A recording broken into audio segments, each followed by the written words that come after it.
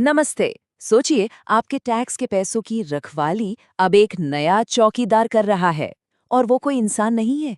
जी हाँ, आज हम बात करेंगे उसी कमाल की टेक्नोलॉजी की, आर्टिफिशियल इंटेलिजेंस यानी एआई, जो सरकारी खर्च पर अपनी पैनी नजर रख रहा है।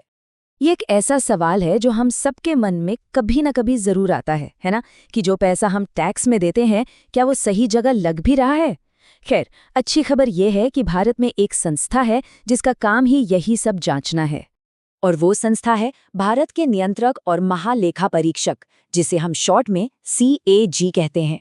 अब ये नाम सुनने में थोड़ा भारी लगता है, पर आसान भाषा में समझिए, ये सरकार के सबसे बड़े ऑडिटर हैं। इनका काम है हमारे दिए हुए टैक्स के हर एक रुपए का हिसाब रखना। और ये कोई छोटा मोटा काम बिल्कुल नहीं है। CAG में पता है कितने लोग हैं? 45,000 से भी ज्यादा। लेकिन जरा सोचिए, भारत जैसे इतने बड़े और विविधता वाले देश में हर एक सरकारी खर्च की जांच करना, ये अपने आप में कितनी बड़ी चुनौती होगी। और ये चुनौती सिर्फ बड़ी नहीं है, बल्कि बहुत ही ज्यादा जटिल भी है।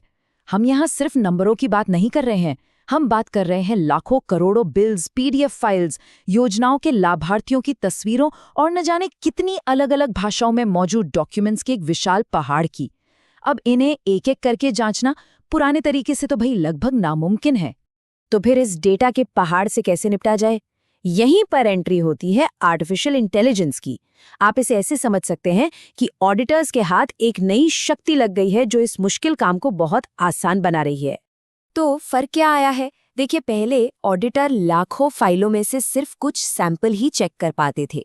ये तरीका एक तो बहुत धीमा था, और दूसरा, इसमें गलतियों के छूटने का चांस भी बहुत ज्यादा था। लेकिन अब AI की मदद से 100% डेटा की जांच हो सकती है, वो भी बहुत तेजी से और पूरी तरह ऑटोमेटिक तरीके से। और सबसे बड़ी बात, AI उन छिपे हुए पैटर्न्स को भी पकड़ लेता है जो इंसान की नज़र से अक्सर छूट जाते हैं। ठीक है, तो चलिए इसमें थोड़ा और गहराई से उतरते हैं। अब हम देखेंगे 5 असली उदाहरण कि CAG इन नई AI सुपर पावर्स का इस्तेमाल असल में कर कैसे रहा है। पहली सुपर पावर, नकली चेहरों को पकड़ना।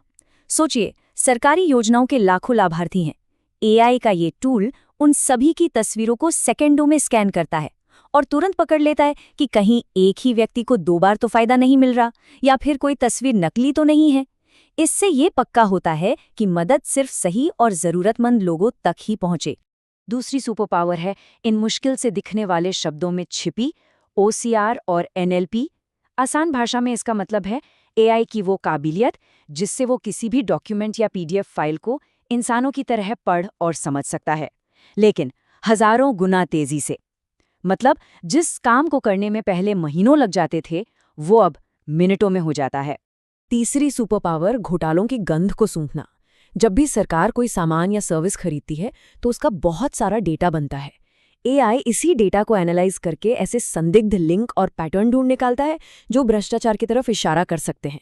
जैसे, क्या कोई एक ही कंपनी बार बार बहुत कम मार्जिन से कॉन्ट्रैक्ट जीत रही है?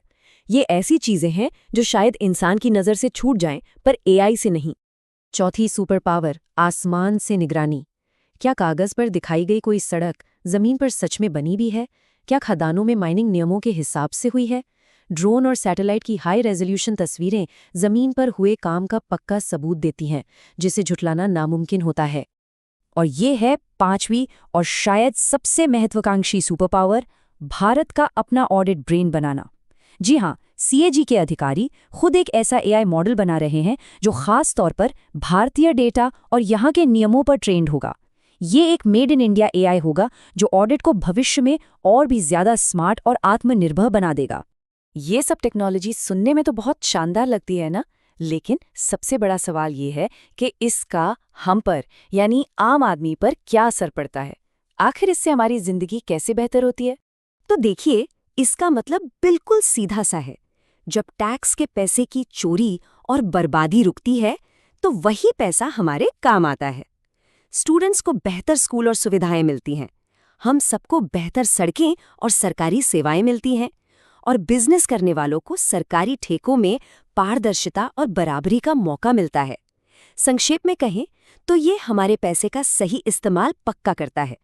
तो ये बात बिल्कुल साफ है कि हम सरकारी हिसाब किताब की जांच यानी कि ऑडिट के एक बिल्कुल नए दौर में प्रवेश कर रहे हैं। एक ऐसा दौर जो टेक्नोलॉजी से लैस है।